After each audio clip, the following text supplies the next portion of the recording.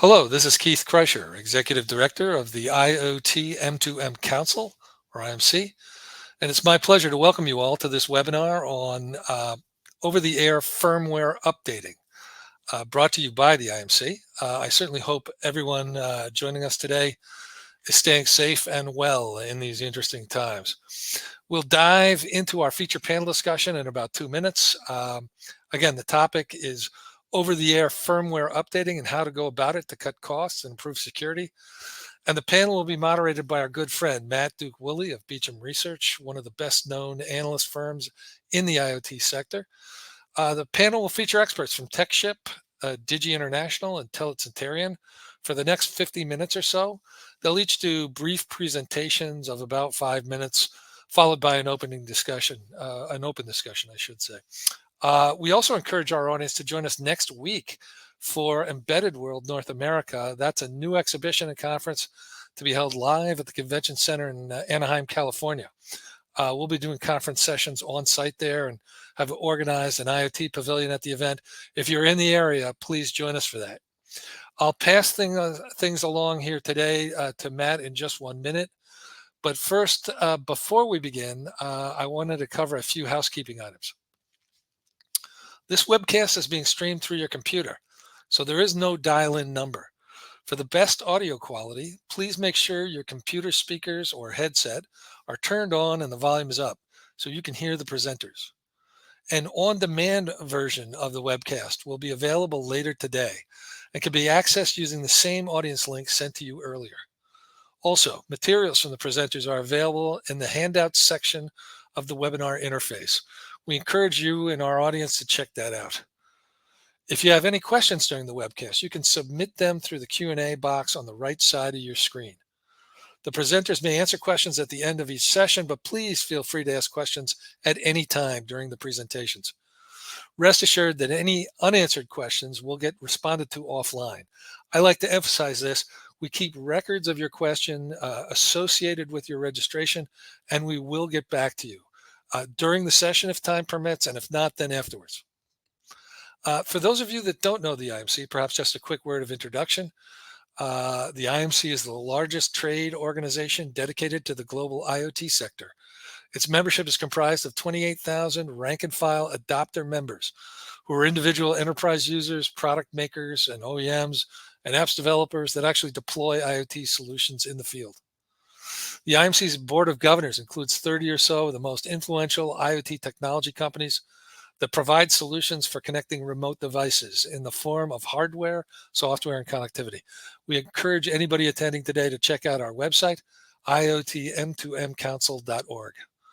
On the site, you'll find information about our newest initiative, and that is a joint task force on IoT security formed with the Global Certification Forum, the largest certifying body in the telecom industry. There's lots going on in the area of IoT security right now, but what makes this initiative so unique is that it covers not just IoT devices, but also networks and cloud app platforms. So please look for that on the IMC website.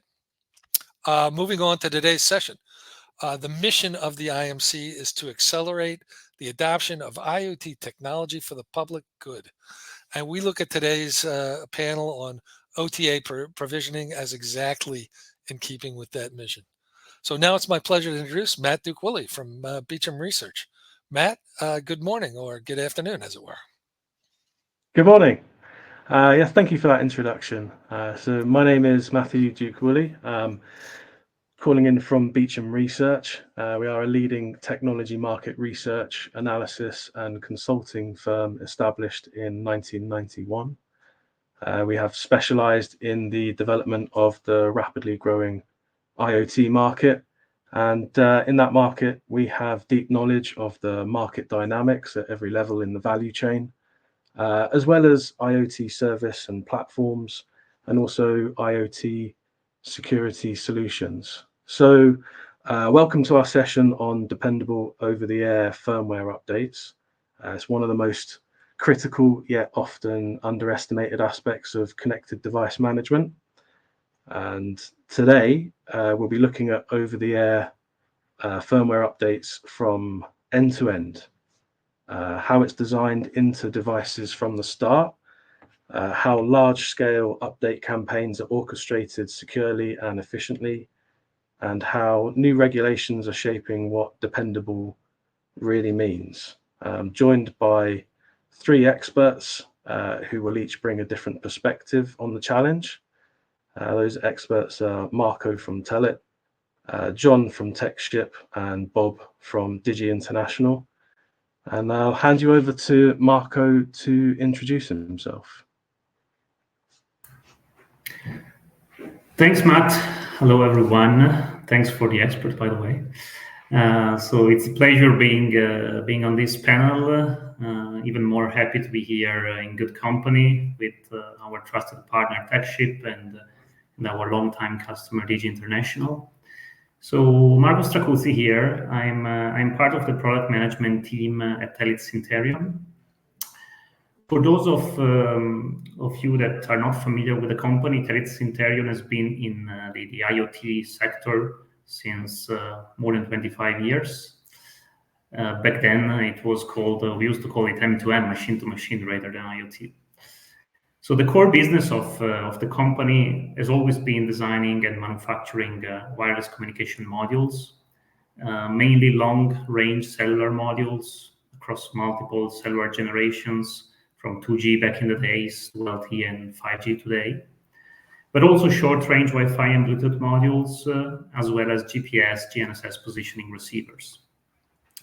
Nowadays, Telit Cinterion has evolved into much more than that. We also provide turnkey IoT solutions, including hardware and software services for complete devices and certification services too.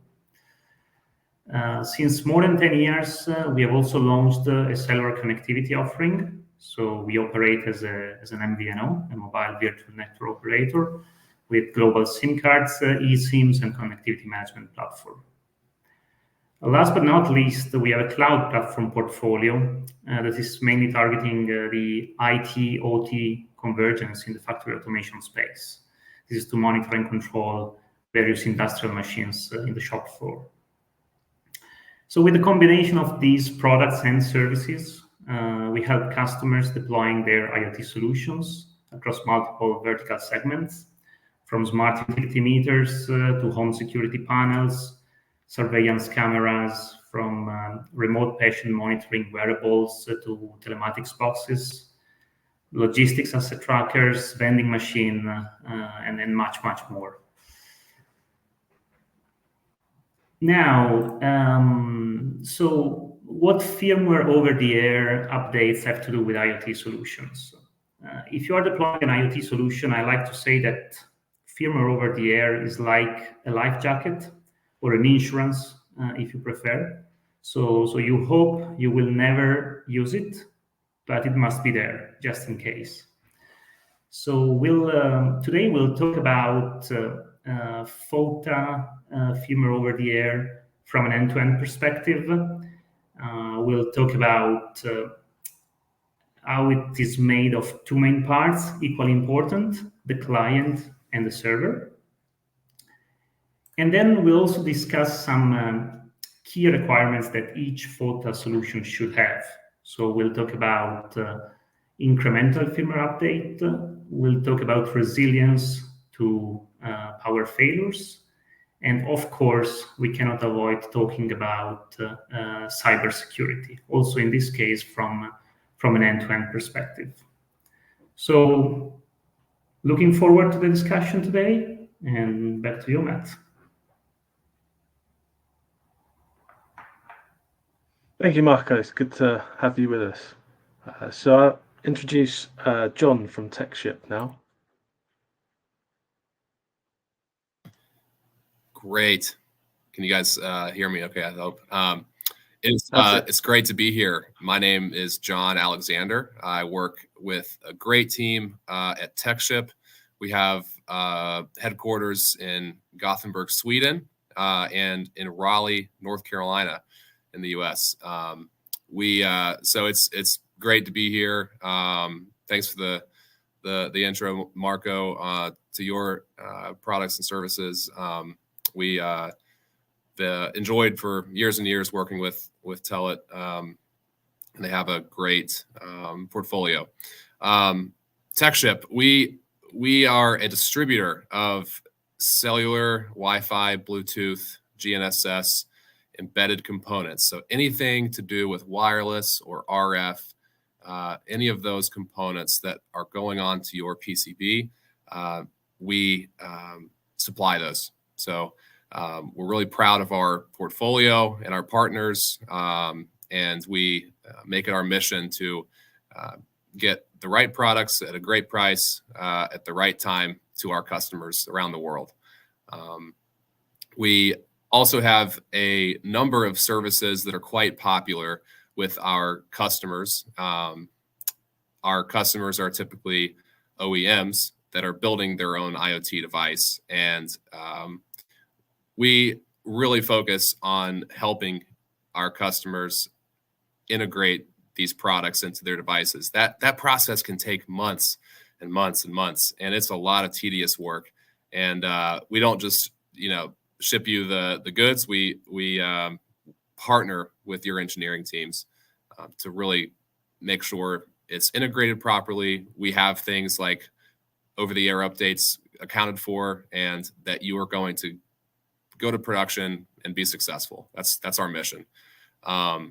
We supply other services. I'll get into this a bit later, but we do have firmware flashing capabilities to get the modules to the right firmware before shipping. We help with testing and certification, and overall support for your teams as you add connectivity to your products. And specifically around this topic today, FOTA it can seem scary, but it doesn't need to be. Really, as long, I think the main aspect here is get started early in your project with thinking about this, including not just on the software side, but make sure your hardware is able to accept and able to handle a proper and robust firmware over-the-air strategy. And by the way, if you're in the US and you're trying to certify with your device with Verizon, this is a process that you must do. It is the firmware over-the-air is something that's well-defined and highlighted in bold in their certification platform. It's something that you need to do. There's all kinds of different considerations like data consumption and how you roll out the updates that we'll get into today. But overall, I just want to communicate that we want to be your partner in this through every step of the way. Last thing is firmware over the air should be a part of your program, but it's a lot easier if you're starting out your design and starting out your first deployment with the right firmware. So we have a pretty unique service where we can flash any modules to the right firmware with maybe custom settings that you'd like before you assemble those modules onto your PCB. We have support for Mini PCIe, M.2, and actually a few popular footprints, two from Telit, like the 910 and 310 series. We can flash LGA modules as well. So reach out if you have any questions on that, but looking forward to the discussion and getting into some more conversation around these topics. Thanks. Okay, great stuff. Thanks for being with us today. So I'd like to hand over to Bob so he can introduce himself from Digi International. Okay, thanks very much, Matt, and thanks, Keith, for having us here in the IMC. Just a quick introduction to Digi. We were founded in 1985, and we're 40 years old this year. We're essentially a public company, and we've been growing 22 consecutive years of profitability. So we really have developed a lot of different hardware and software, and like Telit Cinterion, we started back in the M2M space. Digi started with serial connectivity and moved to Ethernet and have moved through all the different wireless connectivity. And really, we try to drive solutions for customers, not just hardware, not just software, but we want to bring a solution from a single trusted source that you can use. And really what we drive is whatever wireless technology or other technology you need, Digi will connect with confidence for you. Now, we're organized into different business units or business segments. So we have different groups that support different things, everything from our cellular solutions that build cellular routers and our infrastructure management that also captures serial data, serial USB and I/O, which is used to connect legacy equipment. So our cellular solutions are more of a enterprise connectivity. There's transportation, railroad connectivity, and lots of different customized routers to pass information out over the cellular network. I'm a product manager in the OEM solutions area, which is right in the middle there. And we provide components, mostly wireless, that let people build and deploy connected devices and really build an IoT solution, starting with our devices and move through the from building to deploying and managing those devices. So my focus will be, as I think some of the other people are, building a secure device and then building a secure OTA process. We also have console servers, which are kind of an out-of-band management devices. And then in the blue there, we have a couple companies that provide complete IoT solutions. SmartSense, and with the recent acquisition of Jolt, works in different verticals to provide a complete solution from sensor to cloud. So it's someplace where we really provide those IoT solutions and kind of prove what we're doing there. Okay. So again, what I'm going to be focused on today is these processes, but Digi offers some services in the OEM BU that make things easier to do this. Starting with secure designing a SOAR product, we, for over 10 years, have had a software feature called Digi Trust Fence, which really abstracts and brings out the hardware security features of different processors and different controllers.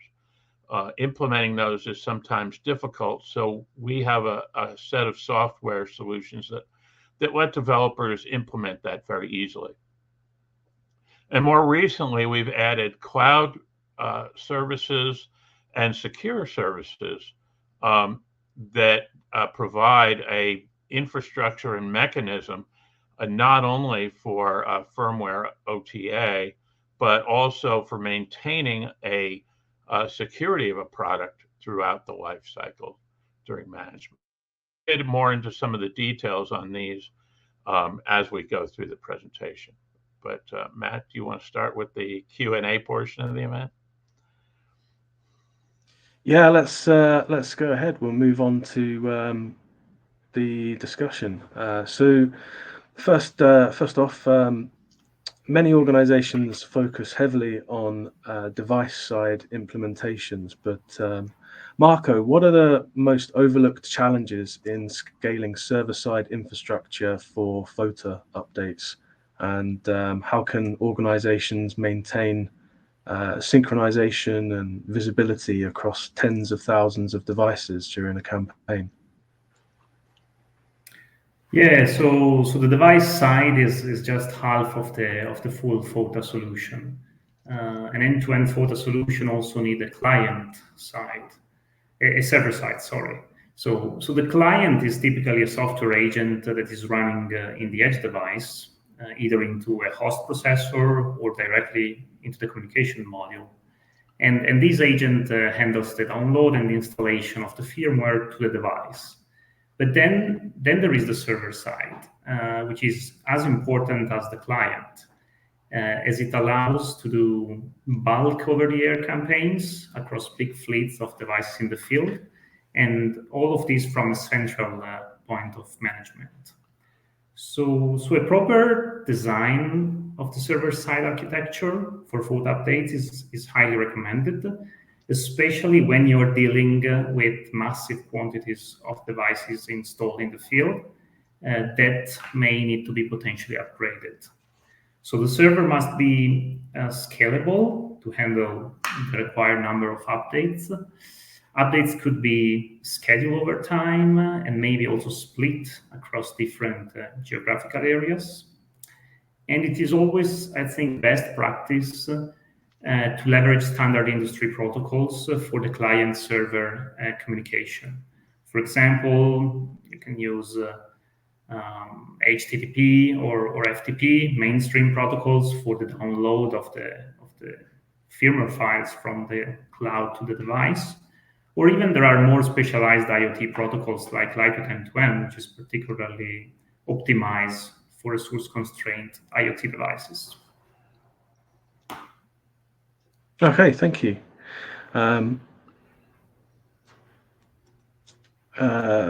what are some of the most common examples of OEMs, not implementing an effective FOTA strategy, and what can we learn from those cases? Oh, you're on mute. Hold on. There you go. Yeah, it's going to happen at least once today. Yeah, we're involved a bit more on the client side of the equation here, so I can speak a little bit to some, drawbacks or mistakes that I've seen in the past. It kind of all comes down to, and you'll probably hear this a couple times from everybody, but not thinking about FOTA until the very end of the project is kind of the root cause that I've seen in most cases for why there's big issues when you actually end up deploying the products in the field. Because realistically, they're going to be fine for a while out there, but then something's going to come up, and you're going to say, "Oh my gosh, I need to do this," and every single time there's updates that are going to happen to devices out there. So, I think on the client side, application code is a lot more sexy and fun. Thinking about FOTA and saving room on your partitions and your storage and flash, like that's maybe not as fun to think about, but it's very important. And I think that has maybe sometimes something to do with, like there's a good example of a remote locker company that had quite expensive products in the field, and they tried to put out an over-the-air update, but they had not very good error handling or rollback support. So basically, like when the firmware got sent, it failed halfway through, but then the device didn't have any good logic or error handling to fall back to the previous firmware, and it bricked everything. And then they also didn't have any like external physical USB ports to perform the update. So they like literally had to RMA hundreds of devices in the field. And that's like worst case scenario. But overall, I think, there are plenty of tools to do firmware over the air updates successfully. It just needs to be thought about earlier in the process. And I think that's the main issue. Yeah. Thanks. Okay, so I'm going to move on to more sort of efficiency and architecture questions. So, Bob, designing security and firmware over-the-air services into a device from the start, how can manufacturers ensure from boot to cloud without adding complexity for developers or customers? Yeah, I'm going to pick up right where John left off. And I mean, I would say when you hear the same thing from all three of us, it must be right. Yeah. But it really is critical to design security in from the start. John has that exactly right. And since Digi had been helping people design products in the M2M space really for the last 20 years, we've seen the evolution from ship and forget or frozen firmware that went out in devices that were not really connected to anything. And there's been really an evolution where we hit the inflection point in the last 5 years where everything needs to be connected and all the devices are connected. And like John says, it's important to update products and do it correctly and efficiently. I mean, I can say the first company that I saw was really concerned with security, 10 years ago, was a company manufacturing ATMs. And they were getting devices in for repair that had actually been hacked. Different chips had been put in there because that's where the money was. I mean, it was worth trying to hack it. So that's where the security comes in. And now every device, once it's connected to the internet or in a hospital or a utility or whatever, is a potential problem and a potential entry point. So not only does the product need to be designed secure from the beginning, the updates need to be secure. And that involves signing the firmware and making sure you're sending it over encrypted channels to do that. It's very complex if you rely on I say bare metal hardware features that come with a microcontroller, a microprocessor. And that's why Digi, as I mentioned before, has implemented Trust Fence that lets companies design in that security in the product from the very beginning, and use pre-built templates really to implement the security features and make sure that things are designed from the beginning and as John said, manufactured securely. You need a secure manufacturing environment. You need to load a secure firmware version. So all those things go into creating a secure product.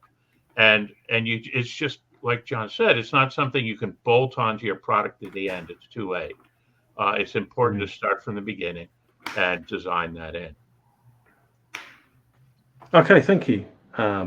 So moving over to Marco, how does Delta and incremental FOTA technology reshape the economics and feasibility of maintaining devices in the field? And I'm thinking particularly, low power devices. Sure, Delta incremental firmware updates, as opposed to full firmware images download, reduce the amount of data to be downloaded from the network, and also reduce the time on air to download the data. So ultimately, they optimize both the data consumption, and so the bills, and also optimize the power consumption of the edge devices. And this is specifically important for those devices that are running on batteries. So Delta FOTA technology is particularly important for tiny devices, also because many times they cannot support high data throughput. So you must optimize the amount of data you need to download. And as I said, they operate on battery. Maybe they need to operate for many years. And so they cannot really burn the battery just to do an over-the-air update.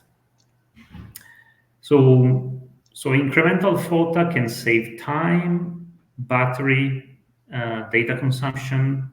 So a lot of benefits, especially for low-power tiny devices. And also, again, if you think about the connectivity, the data plan side of it, it also really reduces the data you consume, and so the bill you pay for the data. Then maybe one last thing to mention about incremental FOTA, and John touched upon it before. It's the memory aspect. So if you need a full firmware image update, it means you need to double your memory space, because you need to store the original firmware and the new firmware to be updated one next to each other, because if something goes wrong in the process, you always need to have the possibility to back up to the original firmware.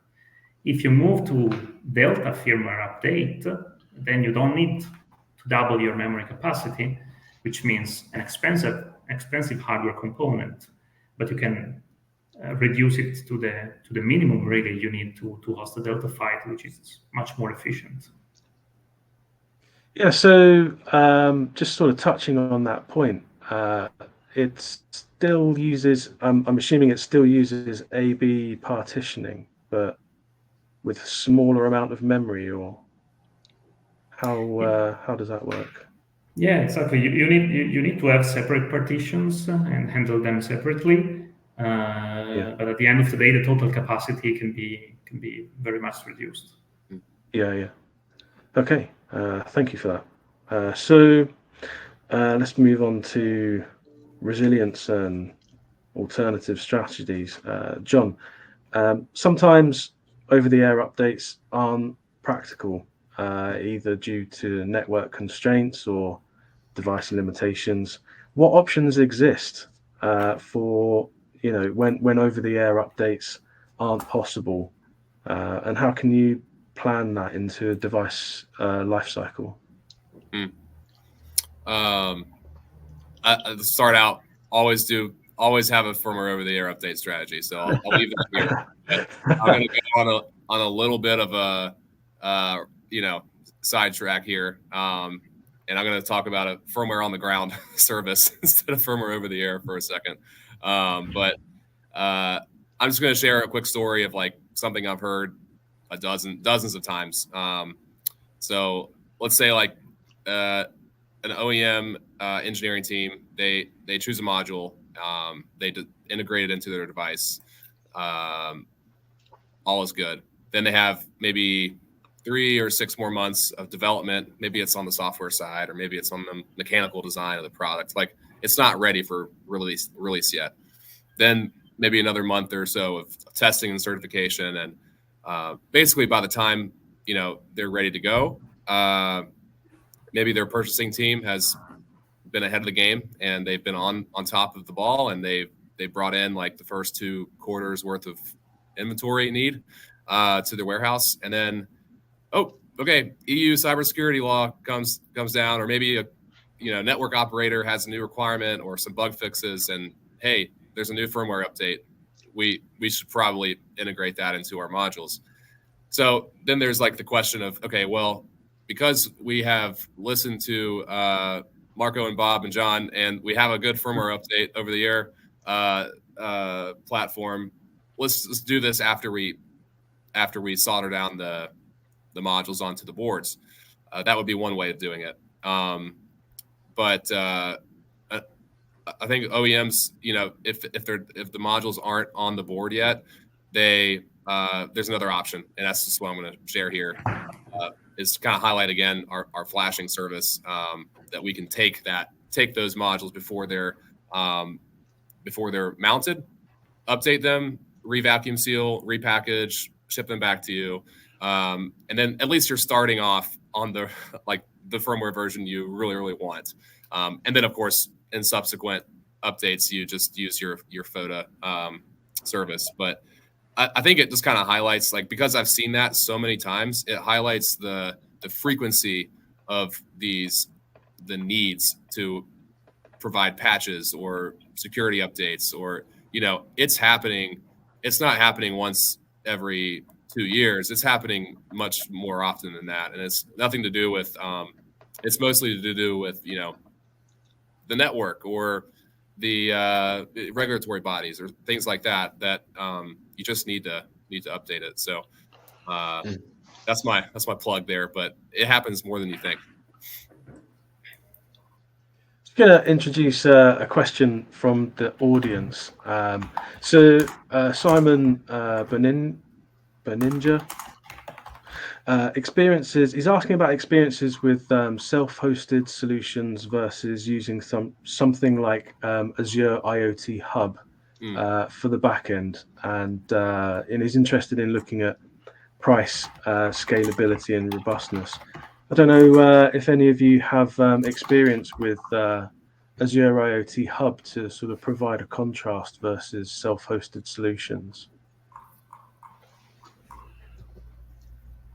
Well, I think that kind of goes into my next question, or my next, where, it's a make or buy decision at a cloud base. Do you want to do a self-hosted, do it yourself, or do you want to use an Azure IoT or something like that?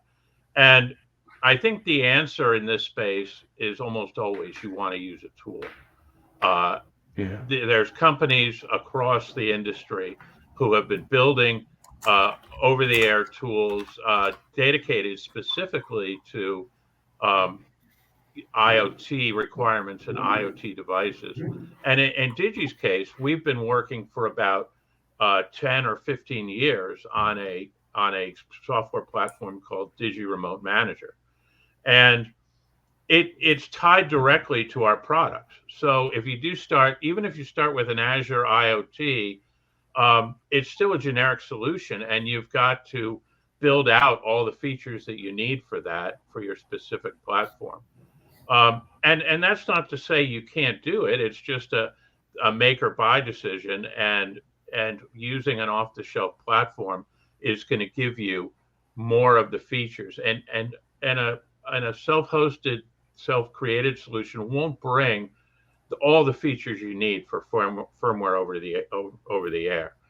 For example, Digi Remote Manager provides a table that shows what firmware version is on all your devices in your fleet. So you can, at a glance, see if everything's updated or not, and get alerts for products that do need updates. Going back to John's scenario, products typically may sit in somebody's warehouse for a while and ship, and the customer fires it up, and lo and behold, it's on an old version of the firmware. So they can very easily in the field then load it. The other thing that Digi Remote Manager, and any of these tools probably provide, are update logs, version history, and compliance reporting. And again, it's just features that have been built over time that you would have to replicate in a self-hosted solution. So I think that that's pretty clear. And when you look at the amount of money to build your own self-hosted solution, and again, the interesting thing about self-hosted is you really need to build a reliable data center, or at least a data center with a generator to keep your self-hosted solution up and running the way Azure and AWS hopefully does, and everybody else. So when you look at the costs, I think almost always the buy is going to win out over the buy versus make. Yeah, that makes sense. I was going to make a comment there about especially in circumstances where you might host on, for example, AWS One. But yeah, now we do see customers that do ask for an on-prem solution. Companies that need to be running during disasters or government facilities. So that is an option, but it's a very significant investment to build that out. And in most cases, the cloud-based solutions can provide the security and reliability that you need. Okay, so let's have a topic on security and assurance. Marco, on encryption and firmware signing and secure boot, how does that help to make a layered security model? And do you think there's any gaps in the industry? So when we talk about security, we always need to look at it with a holistic approach, considering all the layers and the full end-to-end change. let's always remember that the chain is as strong as the weakest link. So it's pointless to only secure the firmware itself if you don't secure the communication channel or the server side. And I think Bob mentioned this as one of his initial remarks. And you can't build a fully secure chain unless you start designing it for security since the beginning. It doesn't work to apply security patches here and there once the solution is already designed. You must consider that since the beginning. So I think I'm going to identify three key parts of the solution. So one is the firmware.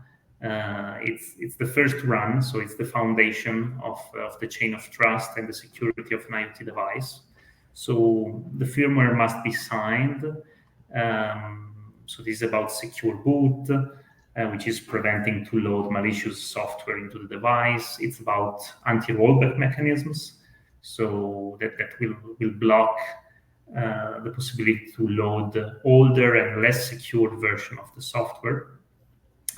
Then the second part is the communication channel that can be protected with encryption using the state-of-the-art encryption protocols.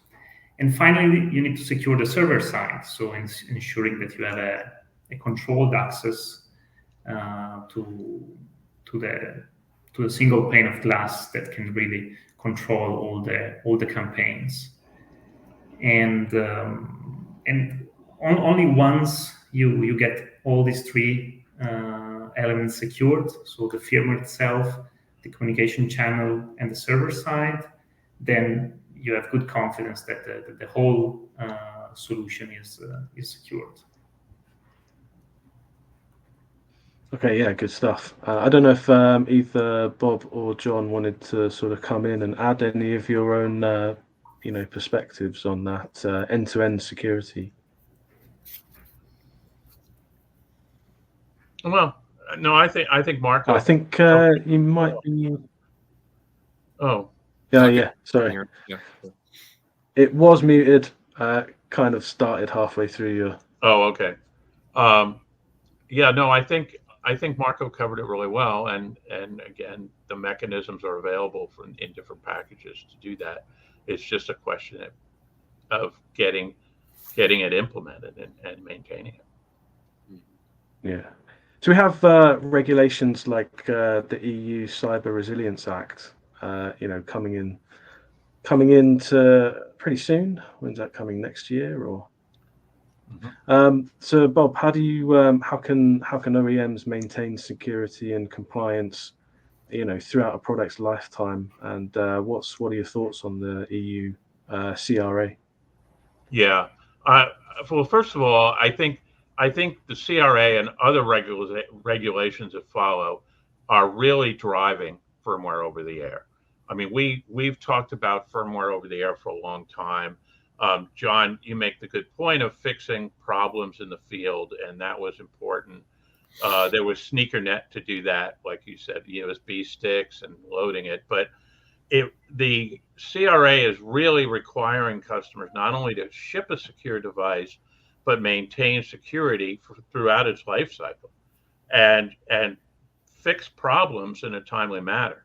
Now, these problems are CVEs. They're vulnerabilities that show up in a report, and Digi has a security service where you can load an SBOM, a software bill of material, to our software, and we will analyze it against a list of known vulnerabilities, so that you can go and fix that and then load the firmware updates immediately.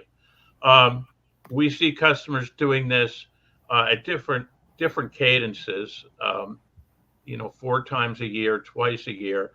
And then if there's a critical vulnerability, they'll do it immediately. But this CRA and the other regulations, I think, are really giving customers a reason to deliver firmware over the air. And that's what's driving the increased requirements for it. I mean, in the past, we talked about fewer service truck rolls and adding new features and things like that. But I think it's these requirements that are really going to drive the secure design and the secure maintenance of products in the field throughout their life cycle, whatever you define that to be. And in some cases, we're seeing products, legacy products, that can't meet these requirements. You can't bolt everything on, and companies are starting over with modern architectures and modern designs to replace their products. So Matt, as you mentioned, there's dates at the end of 2027 where products shipping into the EU have to comply to the CRA, and there's very significant penalties if you find out if you ship a product that doesn't comply.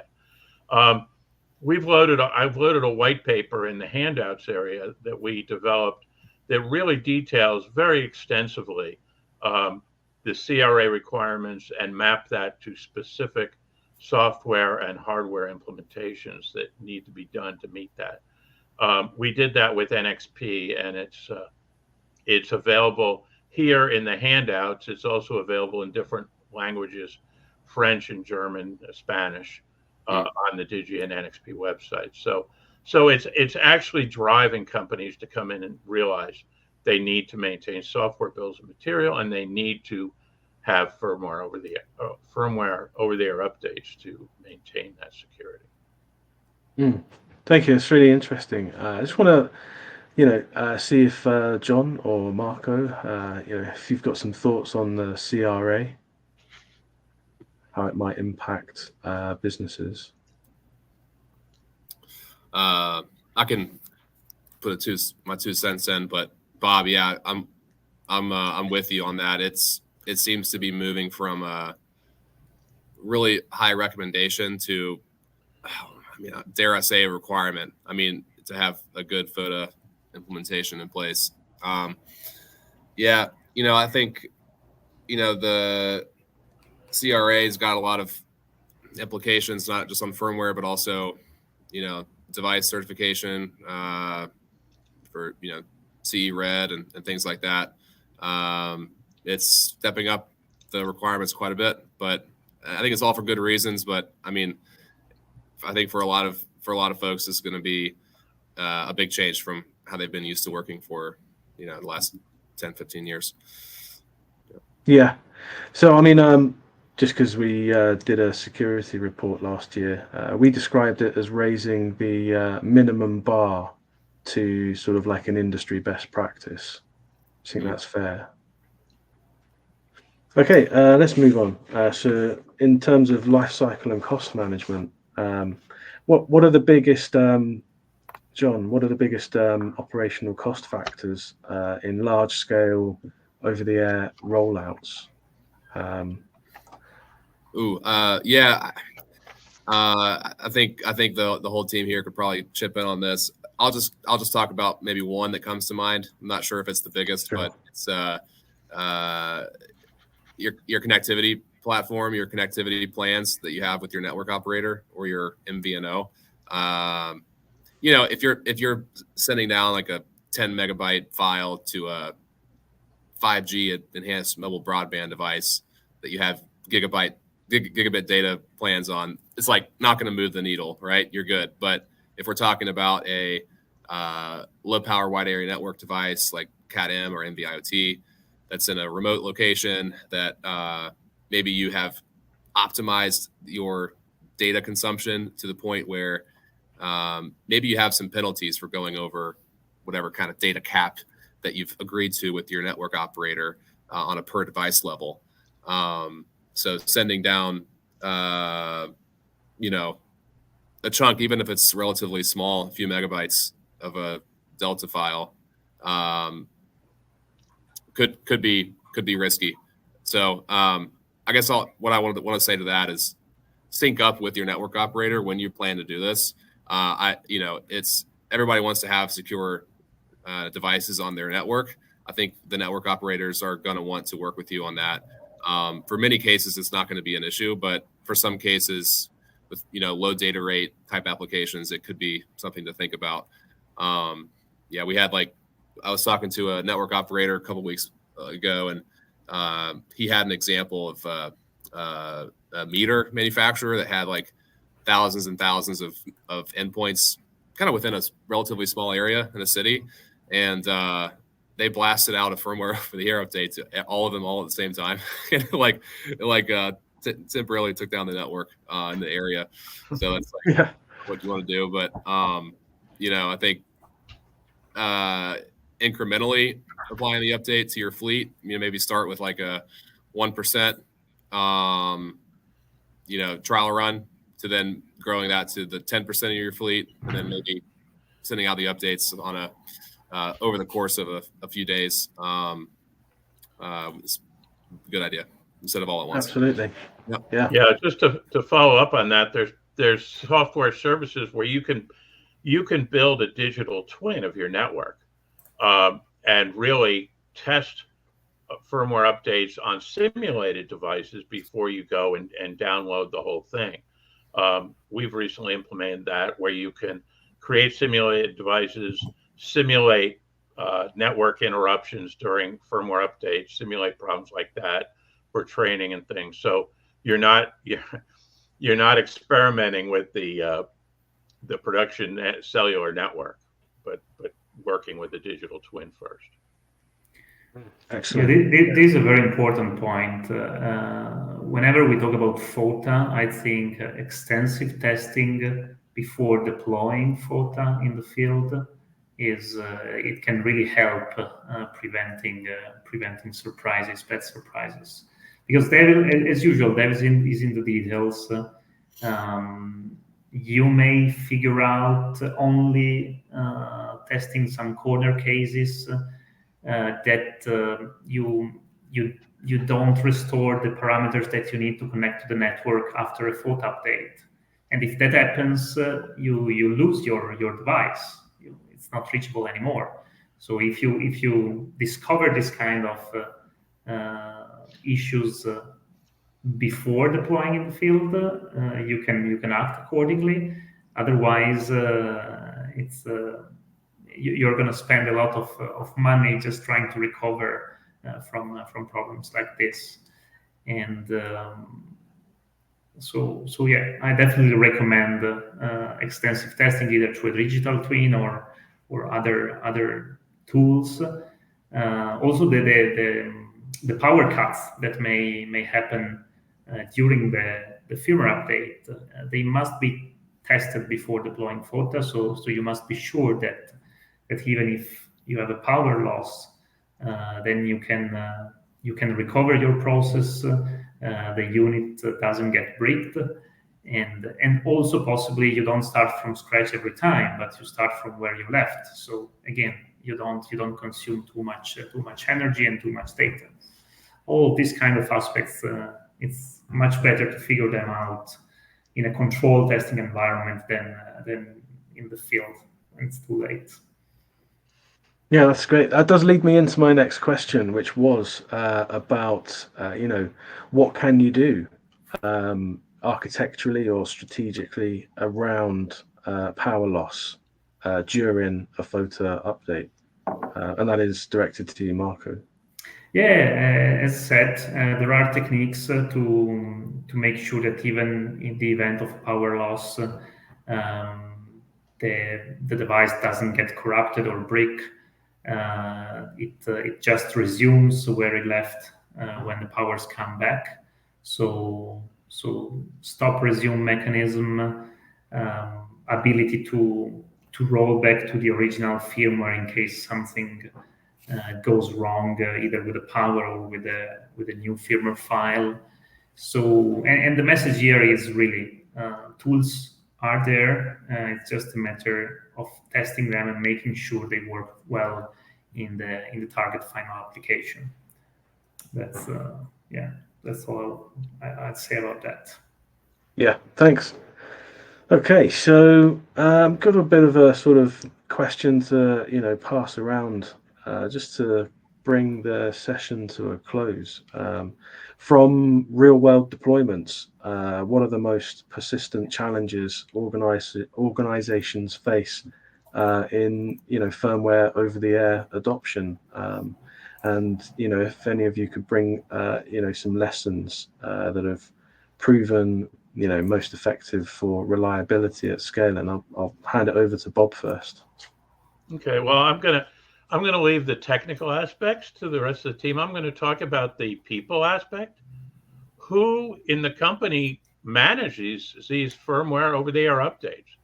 I think we've thrown around the OT term, but it's not the typical in an OEM. It's not necessarily the hardware designer or the software designer.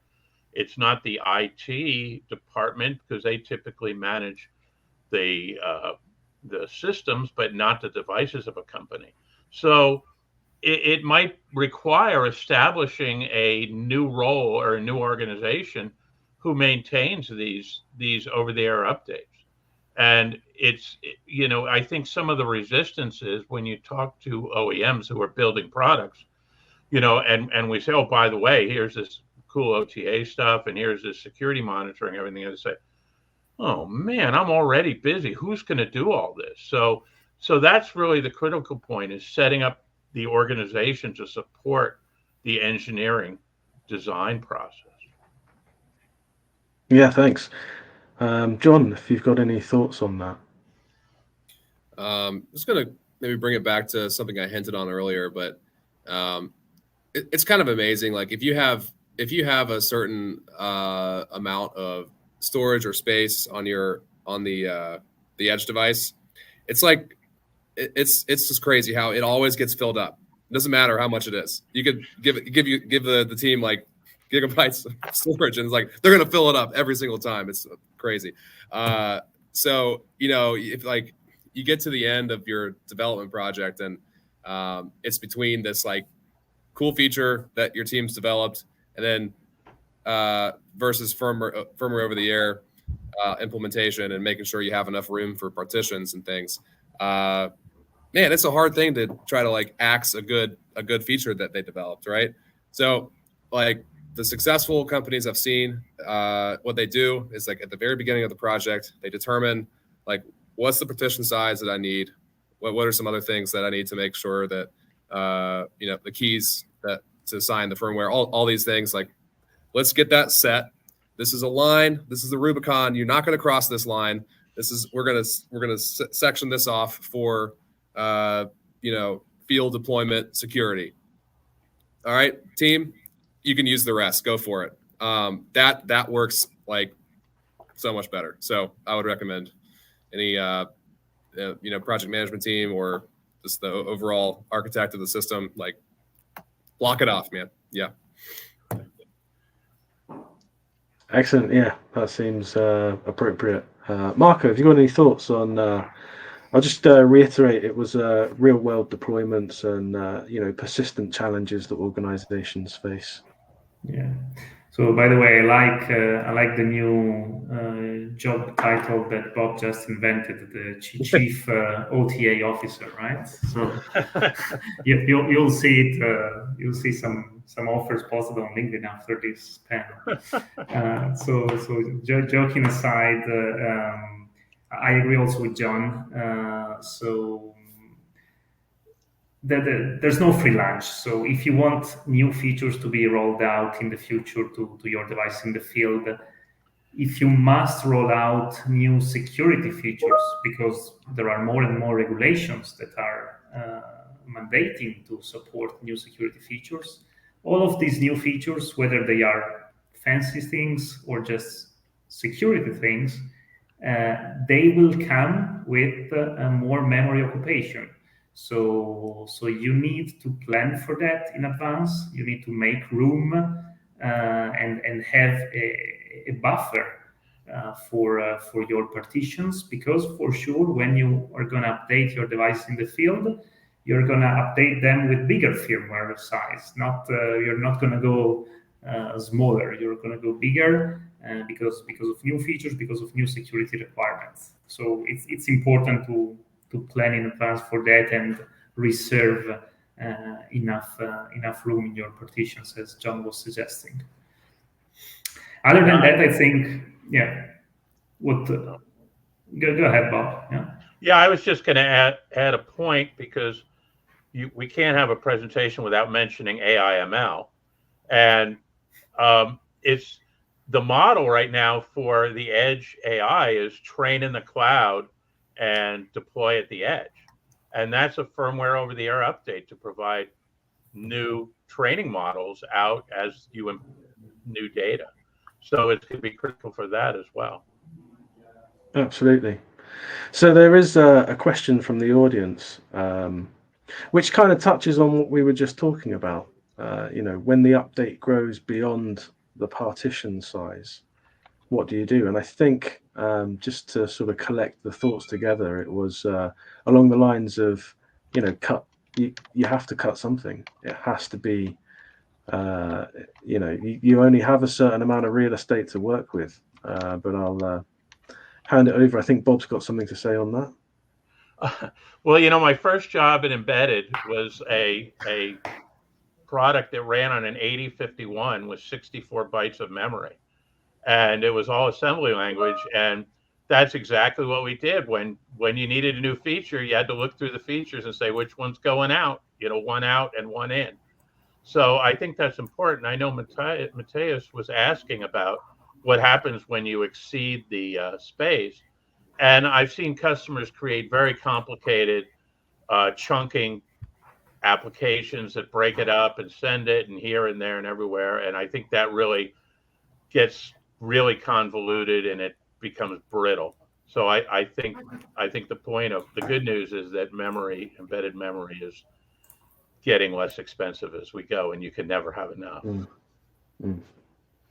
Okay, so I think it's time to draw the panel session to a close. So thank you all for your thoughts and insights. I think it's been a very interesting panel session. And I'll be handing it back to Keith to see us out. Thanks so much, Matt. Special thanks to you, Matt Duke-Woolley of Beecham, and also to our panelists, Marco Stracuzzi of Telit Cinterion, Bob Blumenscheid of Digi International, and John Alexander of Techship, but most especially to those people in the audience that were able to join us today. We had some really good questions from the audience, and we tried to get to those. But as I said in my introduction, if we didn't, we'll get back to you subsequent to today's panel. Also wanted to note for everyone listening, please join us for Embedded World in Anaheim, California next week. You can get more information about what's going on there at the IMC website. Once again, thanks so much, everybody. Thanks so much. All right. Thanks, Keith. Bye-bye. Thank you. Goodbye, everyone.